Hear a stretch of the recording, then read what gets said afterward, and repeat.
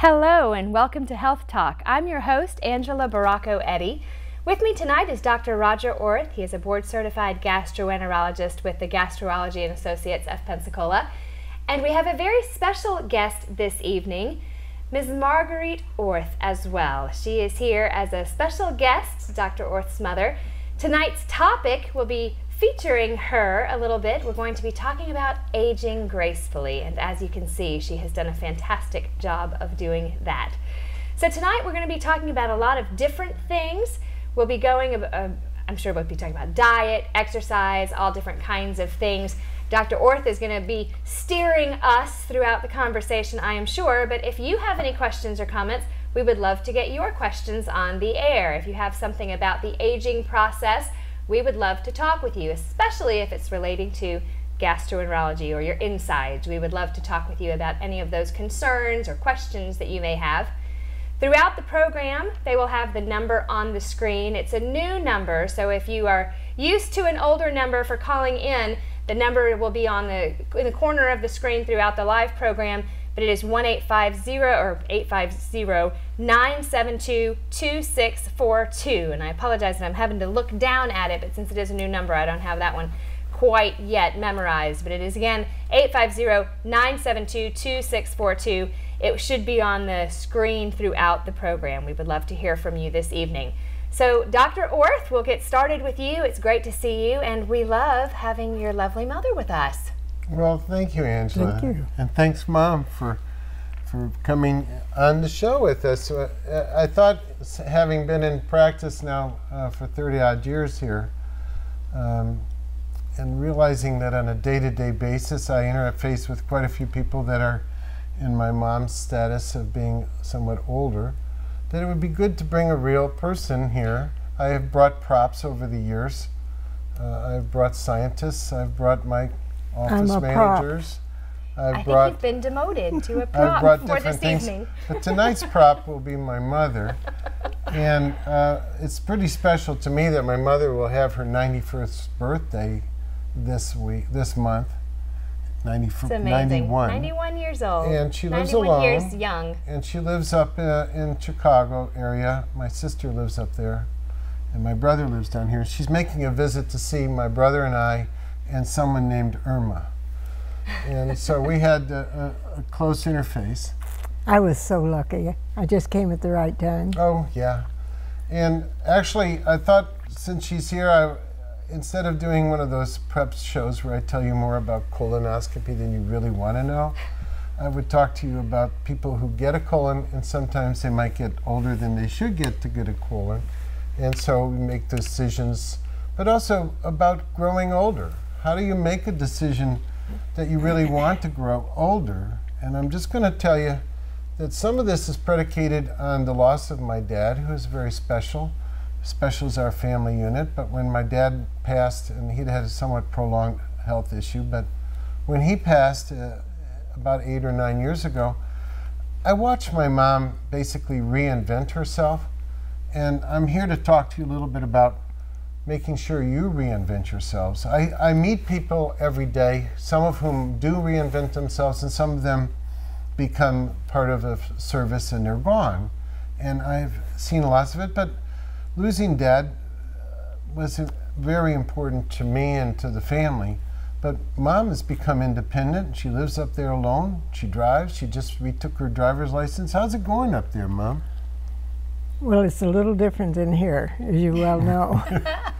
And I have to say, I'm really surprised that I'm sitting here. Yeah. You know, I've done a lot of things with you over the years, and not all of them were really conscious, but I would be dragged along. And I can remember things like crawling on my hands and knees in lava tubes in the mountains, or in a helicopter dropping down in the Grand Canyon, or all of these things. But this one takes the cake. Well, thanks for taking the cake, but we're not doing cake tonight. We're doing some cookies, by the way. And many of you do not remember that actually one of my first TV shows was in July of 1984. I was the unknowing victim of sitting because Fred Levin, my long-term friend, was going to say something. And so they knew I had just arrived in town, and I brought an apple with that time. And we had a wonderful time, and he and I have been friends ever since. And tonight I brought a prop which happens to be something good, not just for your taste, but it has to do with bowel movements. It's oatmeal cookies. And my mom will be sharing some special thoughts about how to make the oatmeal cookies, and we'll be sharing these with the staff tonight. So really what I wanted to bring out are a couple of points. As we lost Dad, you were basically there, and I wasn't sure because, as you know, you would be in the low 80s, and if you look at longevity, people do tend to pass in the lower 80s, but I also see people go far beyond. But one of the things as a prop that I did want to bring up, which is that you, as being there, and sometimes my sister's there, and sometimes other people stop, and we have so much extended family up there that we never got you here, but we had a lot of early contact with computers, but you've become something that I think other patients, my real patients, might consider. In a day-to-day life, you extend your life with a computer, right? Well, I probably got my very first one in the early 80s, and it was your old computer that was an Apple, great big monster thing. And I became interested because it was the opening to the world. And it was something that, you know, as a mommy, you go through stages in your life, and you're dedicated, your children, you nurture, you have a husband, you're active, and you do all these things. But when your spouse leaves, even though you have extended family, wonderful, they're good to you, but you reach a point you have to make some decisions on your own. And I have many friends, and I've gone through this with them, both men and women, and many kind of retreat from life. And they feel their life is over. And I think you reach a point that every one of us are going to go, regardless of how long we live, we're going to be having to make a decision. And I had to make a decision. I live in the suburbs of Chicago, and there's not much traffic around. It's a big yard to take care of and all of this. But I had to come to the conclusion, what do I do for the rest of my life? And most of my friends retreated. And they would not be socially going out anymore because they literally were unhappy and they couldn't face it. And I made a conscious decision shortly after he died. What am I going to do with the rest of my life? Maybe I've lived 3/4 or whatever. So briefly, though, you took some courses. And I decided I'm going to live. And I took some courses. Online courses, no doubt. Some of them online. Can you imagine going back to junior college with 18-year-olds for my very first computer class and thinking, what am I doing here? I mean, this is stupid. But I found out I could cope, and I kept up with them. So I've continued to take these courses, and it has opened up a whole new world. And now on the computer, I can go to Yale or Harvard or universities all over free for nothing, and I can take courses. So it's amazing. In the big picture, that's called cognitive scaffolding. And what that means is that you can actually practice with parts of your brain so that you don't recede into some sort of less cognitive interface. And so the fact that she has this interface that she can do something with and it gives her back something, it's so much better than sitting around doing nothing or just letting a TV come at you. So you use those computers quite a bit. What's you preferred? Which one of the toys do you like? I love an iPad, which he gave to me. And I have a big Apple computer also. But I put it on the kitchen table or on the dining room table or in the bedroom, and I keep it kind of with me. And I hear something on television or on the radio, and maybe it's a word I don't know or a place I don't know. And I find that I immediately sit down, and it's so simple. Anybody can learn it. If I could learn it, anybody can do that. I can be transported to, I've taken courses on the Silk Road in China, and the Great Wall I've been working on right now, and I can sit down and find out what is the meaning of this, and it stimulates me, so I want to know more. And I came to the conclusion one day, and this was kind of like an epiphany. I'm getting older, and there's so much in life that I don't know, and I want to know before I go. Yeah, and so there's a couple of little tips I'm having here about aging gracefully, and one of them is, kids, get your parents an iPad. Or actually, Mom's getting a new iPad this time around because she's having to delete things so she can keep it. So we're just jumping her up a level. But the reality check is, I'm trying to talk to you a little bit about what I see in the clinic, which is people getting older, and how do you deal with it? How did they get older in the first place? Heck, she's very successful at that. 91, excuse me. But how do you maintain so that we're not needing some level of care that you don't look forward to, that you don't really have to have? And there are several parts of this. One is being alone, and sometimes it's as a pair. And I've been just keeping track just for a week. I have a lady this week, and she and her husband are 84, and they were in the clinic today. Son of a gun, if they don't own Airstream trailers, and they go all over the country, and they're as a unit. And this is the kind of thing that keeps them young. You've got to find an activity, and you can re-bring out your brainstem. And I think she's pretty sporty at that. She's taken several classes. I get emails. She tells me what to do all the time, or what she's doing, right? I am a great researcher, and I pat my back on that. I can find anything.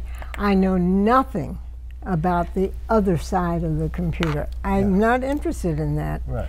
But I know that I can find out and discuss with whoever it is about most things. And well, about every 2-3 days, I read the first page of major cities all over the world.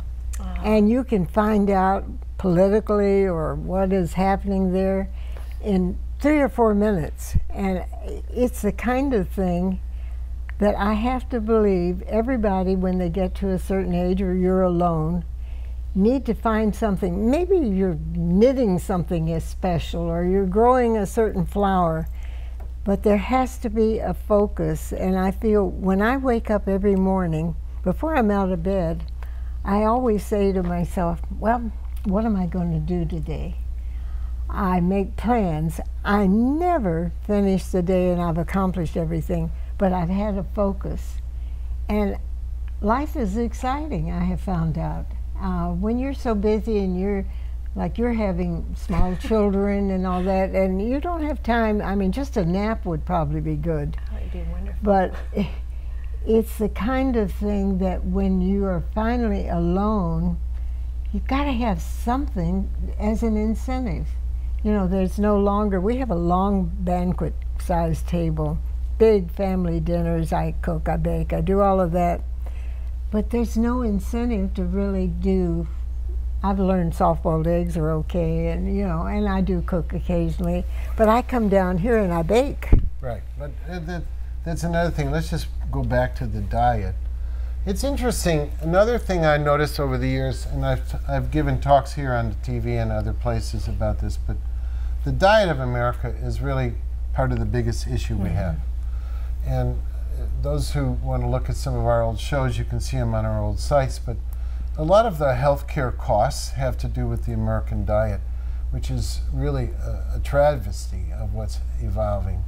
But Mom is still trying to get rid of that last 10 pounds that popped up when my sister was born. Who is 64 years old. Yeah, that's my little sister, by the way. I don't feel so bad all of a sudden. So, if by keeping in the level where you're euboxic with your actual weight, you actually will have what you're talking about here tonight, which is longevity. And it will be a very, very preventative process for the other medical problems that pop up. And so there's several ways that she does that. Now that she's alone, my father was a big eater, but that got controlled when he ended up with a digestive issue. But she was always would eat smaller amounts. And by eating lower on the food chain, she actually does what is the best thing for against your oxidative status.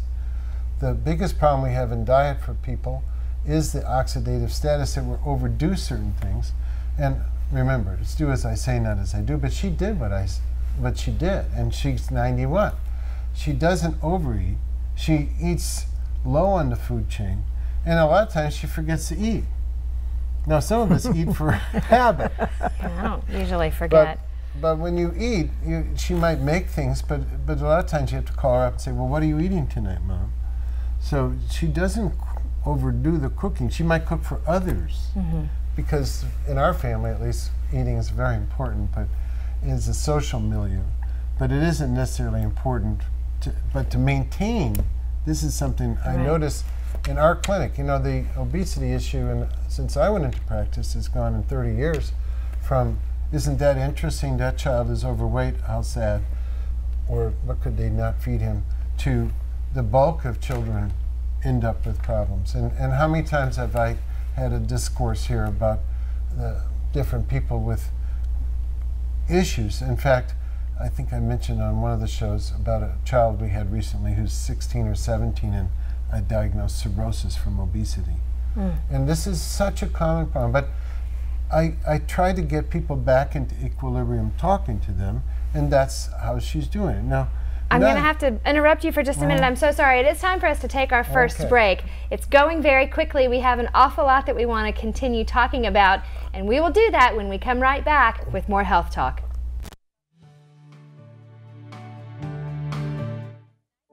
Our weight, it's with us every day.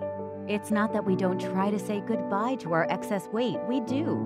We exercise, we eat healthier, we try to stay active. But for many of us, it's simply not enough. Well, there's finally a solution. Introducing Orbera, a non-surgical procedure to achieve meaningful long-term weight loss. Orbera is a new non-surgical weight loss procedure that can help you gain the edge and lose the weight. People lost more than 3 times the weight with Orbera than diet and exercise alone.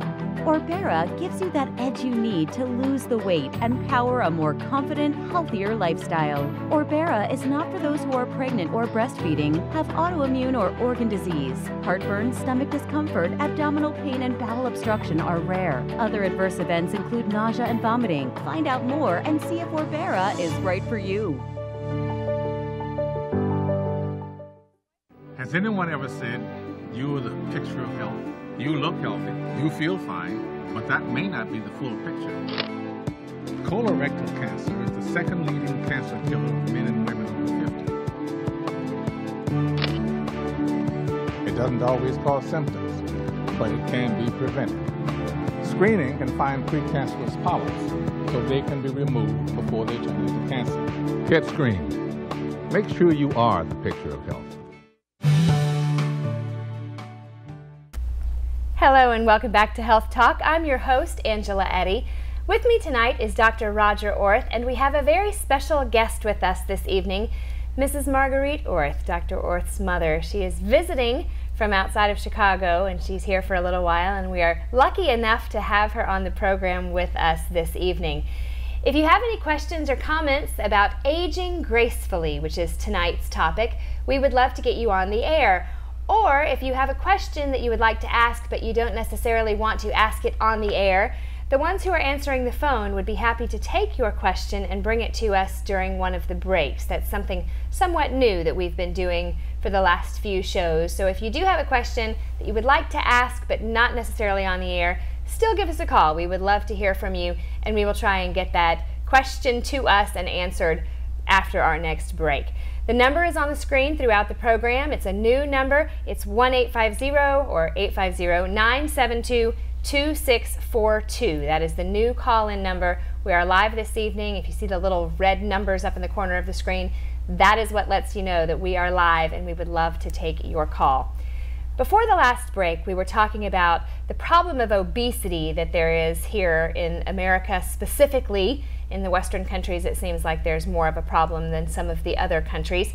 So we were talking about that, and one of the things that Mrs. Orth has done is a lot of baking. She does a lot of cooking. She did a lot of cooking prior to her husband passing away, and it gets a little bit less interesting maybe to cook when you're having to cook for yourself. Right. So how do you handle that? Well, again, this is a conscious decision. And I know so many people who then go to a fast food. Nothing wrong with that occasionally. But I've made up my mind, and I have a daughter who brings food over, and more than I could possibly eat. But in the overall picture, I make sure that maybe I don't get the proper diet every day, but that I do. In that week, I've had things. I'm not crazy about salads. I like cookies quite well, but I make sure that this is the kind of cookie you can pretty much eat. It's good for you, actually. It's not a lot of sugar. It's got 3 cups of oats in it. I mean, what's not to like? But I eat simply, and I don't eat much at a time. I'm better off with 4 little meals a day than I am with 1 big dinner and where I feel totally stuffed. And I think you have to know yourself. A lot of obesity is based on people who binge eat towards the end of the day because they're rewarding themselves. There's a comfort factor with that. And as Mom is not really clear on what time of the day it is, much less what day it is. Sometimes she says, well, which day are you? Are you in Atmore today? Are you in Foley? Oh, you're in Pensacola. Oh, because there's a continuum there, but she never eats home, what do they call those, frozen dinners? Oh, I had my very first one after your father died, and I knew it wasn't going to go. So and I keep a couple just in case. Just in case of a hurricane? Yeah. Or a freeze-out? Yeah. But the point is, she doesn't eat a lot of prepared foods. Right. And so this prepared foods are a big part of, prepared foods meaning out of the home. That's a big chunk of what's wrong with us. Fast Food Nation covered this 20 years ago, 25 years ago, and it's going on to explode economically. It's a good thing if you're a stock picker for McDonald's. It's an incredibly bad thing for the health of the country. And so having prepared foods like that are really a downfall for lots of people's health. And by that you mean the packaged foods, the ones that... The foods that you run in and carry out that's at a fast food restaurant. And I don't want to say specifically just McDonald's. It would be any of those fast foods. Because most people don't carry out something that's a salad, etc. They're carrying out something that's a comfort food. But she doesn't eat those kind of things. She doesn't have a lot of... She has stuff in the freezer. I will say I have 2 freezers. She has 2 freezers because she's cooking for others, etc. But how she's eating is a little different tempo. Well, again, that's your senses of your taste is not the same as it once was. And I have a prescribed weight, I tell myself, and I don't tell you, of where I should not go above. Do you weigh yourself? I do, regularly, at least several times a week. And I can tell if the scale is going up. And I'm not trying to be skinny or anything like that, but in my mind, a certain weight I probably shouldn't go over. And if I do go over, then I make sure that I'm not having any kind of desserts. I eliminate those. And somehow or other, it kind of equals out, you know.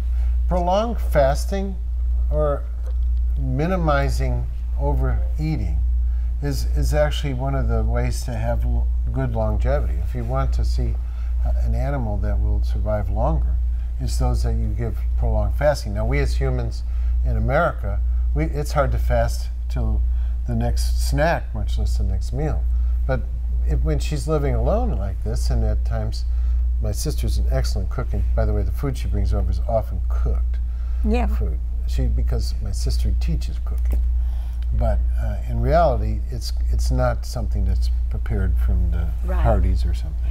We've had a call come in. You want to take a call? Oh, sure. Let's try Mom on a call. Wonderful. Hello there, and thank you for calling. Do you have a question or a comment for us this evening?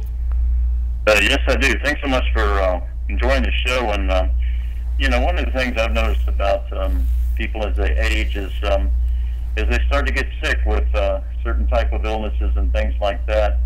And then, you know, the next thing that's on their list is going to their doctor appointments and things like that.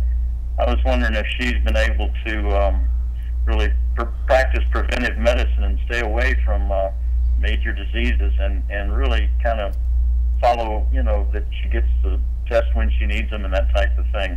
Because as you age, a lot of the times they think maybe you don't need the test because, you know, you're so old. And I'll hang up and listen. Thank you. Thank you very much for the call. So you go to the doctor, Mom? I do. And that's one of the things I thought would also be interesting is talk about your doctor experiences. I have an internist, I've 15, 20 years, who's very reliable. I trust her. But even with that, I come home and if I get ABC new drug, I go on the computer and I find out the side effects and how will it react with other things I take. And I do the shots for flu and B12, and generally I've been fortunate, and I've had major surgeries on several occasions, but a lot of it has to go back to you trust your doctor, you do what the doctor says, but you have to also make decisions for yourself. You're either going to abide by it, and I don't always, and I don't tell you about that, but you get to the point where you know basically what's good for you. I hated things like a walking machine. How boring, that was bad. But I'm up and down moving. I still plant flowers on the back patio, and my back bothers me afterwards. But I still move. I'm up and down all the time. And that, I think, is a big factor in keeping weight down. We had a wonderful talk by a former head of NASA science over at IHMC, and you can look up this talk, folks, but it's on how the geriatric population in a nursing home resembles what happens to people who are 100, 300 days in space. The correlation of that. And so the lady who gave the talk went on to talk about how to use your gravity receptor, because this is not something we learned in med school, but the gravity receptor concept included that you need to change your positions a certain number of times per hour. Don't just sit there. And that's what she ended up writing books about, and that's what actually Mom is doing that. She's changing positions all the time. She is as kinetic as they come. So it's not that she has one of those races where she races like crazy to get her calories in, because that'll wear your ass out. You won't last that long if you overdo it sometimes. But she's very kinetic, and she has enough kinetic energy, but she's also moving through the gravity thing, in and out, up and down, moving around the house. And she hasn't figured out how to hands-free compute yet, but it is a potential option. I did want to mention, since he brought up the question of do you get the test or not test on schedule, and it crossed my mind today that my mom is over the line for the colonoscopy, because I'm in the colonoscopy business. But some time ago, I told you to lay off of it at some point. When did I say that, Mom? I was probably 85. 84, 85. So she stopped getting preventative colon tests. Why? Because her son is a gastroenterologist. He knows that sometimes the yin and yang of business is that it's not necessarily good to do wrong. And so it's one of those things, if I'd known I lived this long, I would have brushed my teeth more. But she is over the line, and at 90-odd years old, you think, well, I don't know, let it go. But I'm going to tell you two brief, quick stories, and these are two real people. One is named Lars, And Lars, when I had taken his colon cancer out 25 years ago and he had polyp, and then I did his follow-ups, and then his doctor, when we sent him a note about being 84, 85, his doc says, no, he's too old. And I said, fine. And then it was, when Lars was 95, I was on call that weekend, came in and vomiting stool, and he had a miserable time, and he died a miserable death, and he had colon cancer. Well, the reason I tell you that is not for the fright, but because people can learn by their mistakes. His doctor is my patient. His doctor calls me up regularly, he's over 80, and says, well, you know what, I needed my follow-up colon test. So his doctor changed his behavior for himself. So I often tell people, if you're going to live more than 5 years, then think about it. Otherwise, if you're not sure. I didn't plan to. But we don't know what she's doing, so but we're not doing it. But then I'm going to tell you one other person, and that's Helen. I really liked Helen. I liked her so much because she came to me. You know, everyone likes when a gastroenterology, they switched gastro docs. So how cool is that? She's 91. She switches to me from the other doc because she's bleeding all the time. And I thought, isn't she something? She's adorable. She wears her hair nice. She's 91. And she wears curls all the time. She's old Pensacola. So I turned out, I broke down. I said, I'll check the test, because the doctor had said, no, I won't do that because you're 91. And so I figured out what was wrong. It was colitis. And so we could treat her. And actually, that is the last colonoscopy she ever had. But when she was 96 and 97, I was really always adoring the fact that she was so sharp, as if she was whatever. She would always dress up. And it's really good for a doctor to go to the 100th birthday parties, because he gets credit for what he didn't really do. She did it. And we started making the house calls at 103 and 104, and she passed at about 106, 107. And so at the end of the day, it's how long are you going to live?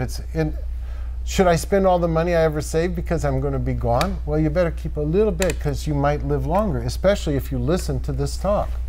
There's some parts of it that'll help you get there. Now, I can't help you with your savings, but I'm working on my mom's new iPad, by the way. You were going to say something else? What do you want me to say? I don't know, Mom.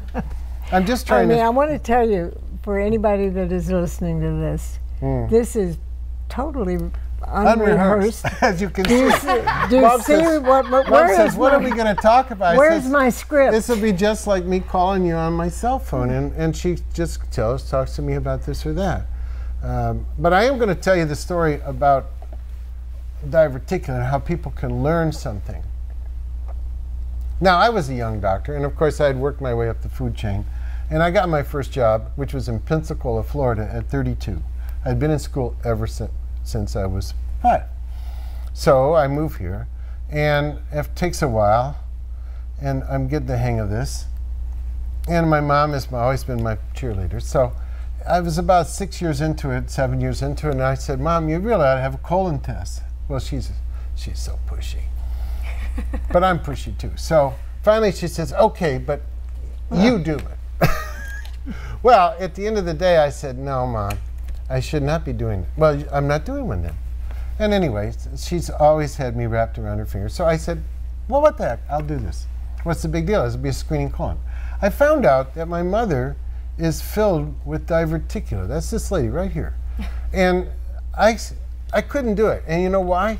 Because as I started to do it, it would cause her pain. We used conscious sedation in those days before, not like we do today. And she looked back under sedation and she said, oh, no more cookies. Now, I pulled it out, I gave it to Dr. Haynes, and he said when she wasn't screaming, she was actually not breathing. So, but the point was that I'm telling you about that is because that's when I developed with her the concept of oatmeal cookies. Now, those who know me as a clinic doctor know that I push oatmeal for breakfast. I know it, Mom. But it turns out these oatmeal cookies, we'll come back to this recipe, but these oatmeal cookies are the same as a bowl of oatmeal. It's good for you. So it's for your bowel movements. Breakfast, lunch, and dinner, you can have oatmeal cookies. You can have some. And that's a fantastic, it's a fantastic way for us to take our next break. If you have a question or a comment, give us a call. We'll be right back with a lot more Health Talk. It's impossible to replace anybody that you love. She was my great role model, my Grammy Keaton. It was pretty much of a shock for us when she got colon cancer. None of us were prepared for that. Here's the deal, and this is the bottom line here. Colorectal cancer is the second leading cancer killer of men and women over the age of 50. And you know what? This is one that you can prevent. Just get screened, okay? I know how precious life is right now. We can all do this. You can do it, I can do it. If I can do it, you can do it, okay? How's that for a deal? Our weight, it's with us every day. It's not that we don't try to say goodbye to our excess weight. We do. We exercise, we eat healthier, we try to stay active. But for many of us, it's simply not enough. Well, there's finally a solution. Introducing Orbera, a non-surgical procedure to achieve meaningful long-term weight loss. Orbera is a new non-surgical weight loss procedure that can help you gain the edge and lose the weight. People lost more than 3 times the weight with Orbera than diet and exercise alone. Orbera gives you that edge you need to lose the weight and power a more confident, healthier lifestyle. Orbera is not for those who are pregnant or breastfeeding, have autoimmune or organ disease. Heartburn, stomach discomfort, abdominal pain, and bowel obstruction are rare. Other adverse events include nausea and vomiting. Find out more and see if Orbera is right for you.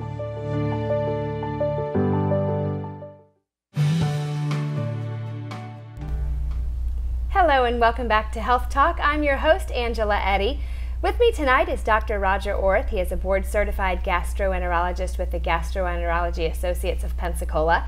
And we have a very special guest with us on the program this evening, Dr. Orth's lovely mother, Mrs. Marguerite Orth. She is visiting Pensacola from outside of Chicago, and we have been talking tonight about aging gracefully. And as you can see, she has done an amazing job doing that.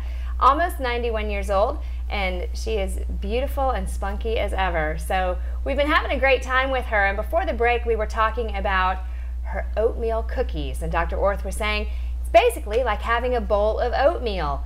So they're actually not bad for you. So if you're one of those people like me that has a little bit of a cookie addiction, this might be a good thing to have in your cookie jar. Yeah. Tell us about them. We might end up putting this recipe on our Facebook site for the Endoscopy Center. I would love that. But basically, the reason we're talking about the oatmeal cookies is because we do have a call-in about constipation. I do want to mention where this actually fits in. The reason people get constipated as they get older is for multiple reasons, some of which has to do with diet. And you can do an awful lot by increasing the distension, the natural motility factors, by having a more undigestible fiber, and that's really where the oatmeal or undigestible cereals go. And I want to stop you for just a second and ask the question that was actually called in. What is it about aging and constipation? Why does my bowel not work like it used to? I am now 78. So someone called in, and that was the question that they had for us. So go ahead with your answer. I think that's great. The fiber content plays a role. So as before you would ask a doctor to do anything, you would look at the diet. You would increase the amount of fiber in the diet. And I often tell people, I've interviewed many tens of thousands of colons with the people attached. And the ones who have the best looking colons often ate a high fiber of some sort. Now, Mom will use prunes. With someone? Well, again, I think just as I have a knee occasionally gets drained and they insert gel, and my eyes are not as good as they once were, and I've got a little back problem. As you age, a lot of things happen, and in my group of friends, they never hesitate to say some of these things. Can't believe I'm on the air discussing it. Well, but that's what this show is all about. But the point is that's why they have gastroenterologists too, because this is what they come and chat about. As you get older, this is far more important to them, whether they have a bowel movement than whether they had something else last night.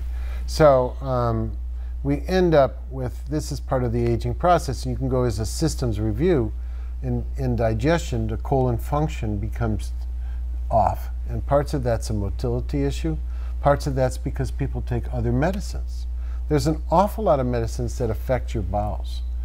And it's also very important to look and see what it is that you think that you're going to take, because it's remarkable the number of people take an over-the-counter agent that is a natural this or that, but it turns out to cause black colons. It causes colon disruption. You can have different kinds of osmotically active derivatives that'll disrupt it.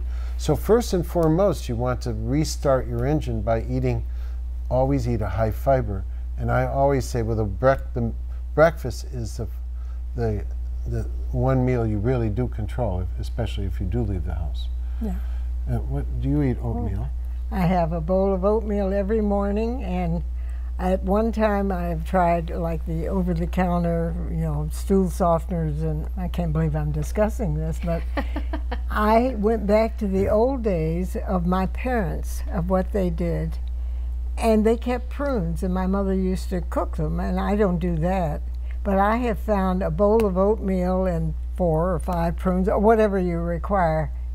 It's great, and nobody has any problems. Yeah. So I would actually tend to stay away from a lot of more expensive medicines too.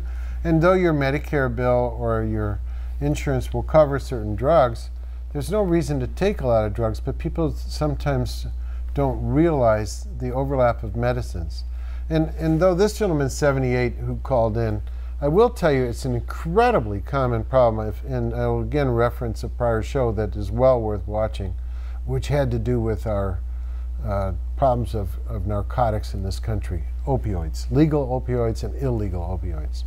But that is such a remarkably common side effect as a medicine.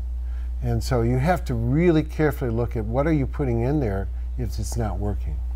We've had a call come in. We've had a couple calls come in, and I think some of them have asked questions in the control room that we'll get at the next break. But I do want to answer this one. They've been holding for a while. We appreciate you holding. Thank you so much for your call. Do you have a question or a comment for us this evening? I was in to see Dr. Orth this week, and I live with my mother. She's going to be 95 in December. And he just asked me to call in. I do want his mother's Uh-oh, I'm so sorry. I just lost you. I was trying to turn it up. Please give us a call back. I apologize. That was my fault. I know who this is. I thought this would be a good call. She's looking forward to the recipe. Please call us back. I am so sorry. I was just trying to turn up the volume, and I'm not going to touch it if you call us back. But we'll get you right on the air if you do call us back. She was talking about wanting the recipe. Again, we're talking about the oatmeal cookies. I think that's going to be one of the top sellers this evening. But her mother actually is in the 90s, and let's let her redefine it when she calls. Absolutely. We'll keep an eye on the phone. And I do want to bring up that as people get older, they're not always independent. And we have a little push-pull at my house, that is with my mother's house, and because she's currently independent. But she's not necessarily going to stay that way. But we're humoring her without her really realizing this. But it's important to look at the support structure, and the country as a support structure is one thing as a government, but it's not necessarily the support structure that's needed as much as the family. And so people should really look at what is your support structure for the older people. Look at those poor guys down there in Hollywood, Florida, who were in a nursing home who died with the storm. I feel so bad for the older people going with the storm we have down there. And I will just say, it is true that longevity has to do somewhat with genetics, because my mother's 96-year-old brother is in Tampa, and he is actually living in a mobile home park. And he has returned to his home, has no power, and Uncle Roger, that's my Uncle Roger, that's where I got the name. We hope he does well with all the others down there too. All right, we have gotten our caller back. Thank you for calling us back, but it's time for us to take a very quick break. We've just got a minute or so that we're going to be away from you, but we'll come back and answer the phone call when we come back with more Health Talk.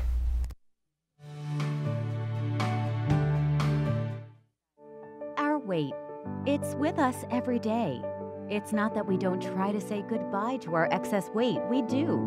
We exercise, we eat healthier, we try to stay active. But for many of us, it's simply not enough. Well, there's finally a solution. Introducing Orbera, a non-surgical procedure to achieve meaningful long-term weight loss. Orbera is a new non-surgical weight loss procedure that can help you gain the edge and lose the weight. People lost more than 3 times the weight with Orbera than diet and exercise alone. Orbera gives you that edge you need to lose the weight and power a more confident, healthier lifestyle. Orbera is not for those who are pregnant or breastfeeding, have autoimmune or organ disease. Heartburn, stomach discomfort, abdominal pain, and bowel obstruction are rare. Other adverse events include nausea and vomiting. Find out more and see if Orbera is right for you. Has anyone ever said, you're the picture of health? You look healthy, you feel fine, but that may not be the full picture. Colorectal cancer is the second leading cancer killer of men and women over 50. It doesn't always cause symptoms, but it can be prevented. Screening can find precancerous polyps so they can be removed before they turn into cancer. Get screened. Make sure you are the picture of health. Hello and welcome back to Health Talk. I'm your host, Angela Eddy. With me tonight is Dr. Roger Orth and his lovely mother, Mrs. Marguerite Orth. We are talking tonight about aging gracefully. We've kind of gone over a lot of different things. We're starting to get some calls in. If you do have a question or a comment that you'd like to get on the air, we would love to hear from you. I unfortunately lost one of the calls that we were trying to get to before the break.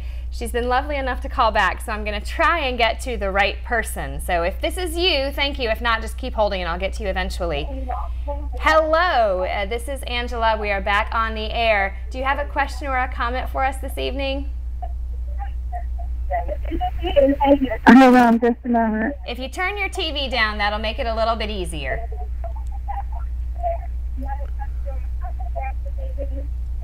And there you go. Go ahead if you have a question. We're ready. Well, this would be in the category of showtime. I'm going to put you on hold and we'll come right back to you in just a minute. Thank you so much for your call. Continue to hold and we'll come back to you. I'm going to get to the other one. Hello, and thank you for calling. Thank you for holding. Do you have a question or a comment? I think you're the one that we lost before and we can get back to you. You're right, I am. Thank you for calling back. I'm sorry about that. That's okay, thank you. If you turn your TV down in the background, then it makes it a little bit easier, and go right on ahead with your question. Hello, this is Debbie Spellman. Dr. Orth, I was in to see you this week, and your mother is wonderful, and I would love to have her recipe for the cookies. Well, because we've alluded it to for the whole hour, I will have Mom write this down, and we have a Facebook account. And they will put it up. This is a Facebook account that has to do with the Endoscopy Center. It'll be up there. Or you can leave word with Christina and I'll have it faxed to you. Or okay, that would be wonderful. But this recipe, Mom, would you mind telling them what's special about this particular recipe? They're made with love. Oh, yeah. I but felt that. They have very low regular sugar. Not much sugar, and so they're really not sweet. And you have nuts, which are really good for you, a lot of raisins, and 3 cups of oats. So what could be bad about that? I mean, if you need to have a little bit of dessert, as Roger every night as we are sitting together before we go to bed, he gets up and goes to the kitchen and brings back 3 plates with a couple of cookies on it and some milk. Right, you got to have indulge. A little bit of sweet.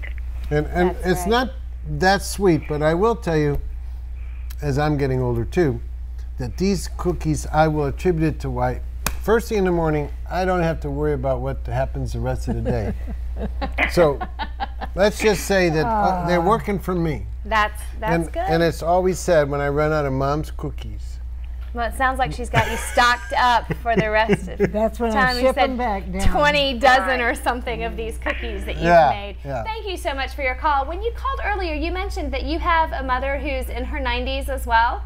Yes, my mom will be 95 December the 3rd. That's my birthday. And she does live with me. And this was such an inspiration when I was talking to Dr. Orth about my mom. And it's just wonderful. So we were both sitting here. She's watching with me. Oh, great!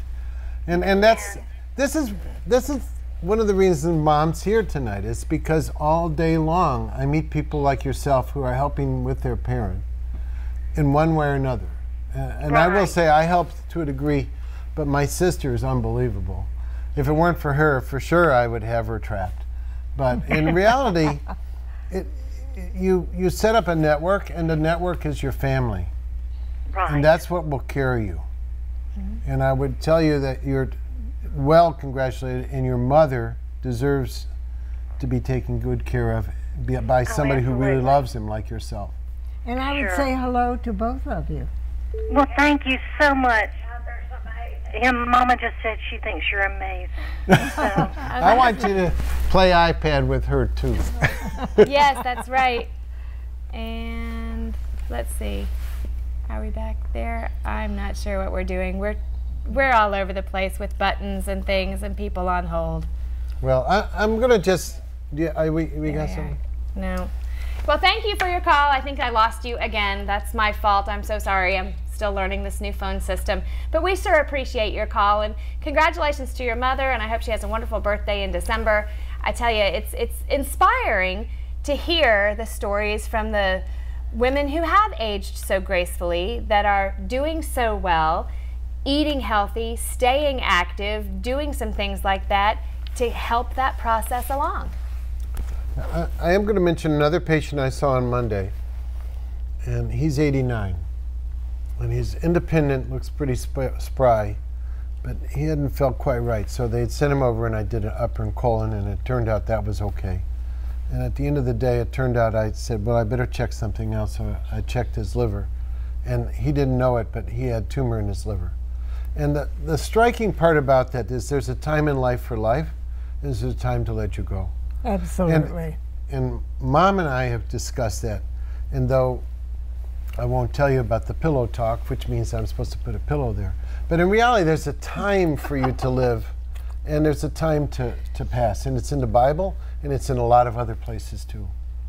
And so at first, the lady, she's up in Bruton, and she said, well, maybe we should just biopsy it just to see for sure it is this and that. But then she comes in, she says, you know, I really just want a hospice referral.